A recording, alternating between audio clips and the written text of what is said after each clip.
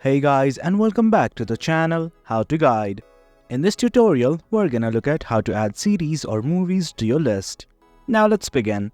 On any browser of your choice, simply type netflix.com and hit on enter right now.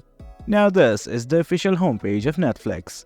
You can scroll down and you can see there are lots of movies and series available. And let's just say you want to add this movie so that you can watch it later. Simply hover over any movie you wish to watch and something like this will open up. The movie or series will zoom in just like this. And right here is the plus icon. It simply says add to my list. Just click on it. And now the button icon has been changed to a tick mark. Now let's say you want to view your list.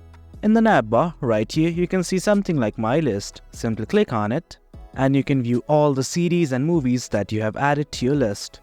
In case you want to remove anything from the list, follow the same process, hover over any movie you want to remove and right here simply click on the stick button right here, remove from my list, and there you have it. Well guys, that's it for the video. That's how you add series or movies to your list. Hope you guys found this video informative, and for more content like this do remember to hit like, share and subscribe. Thank you.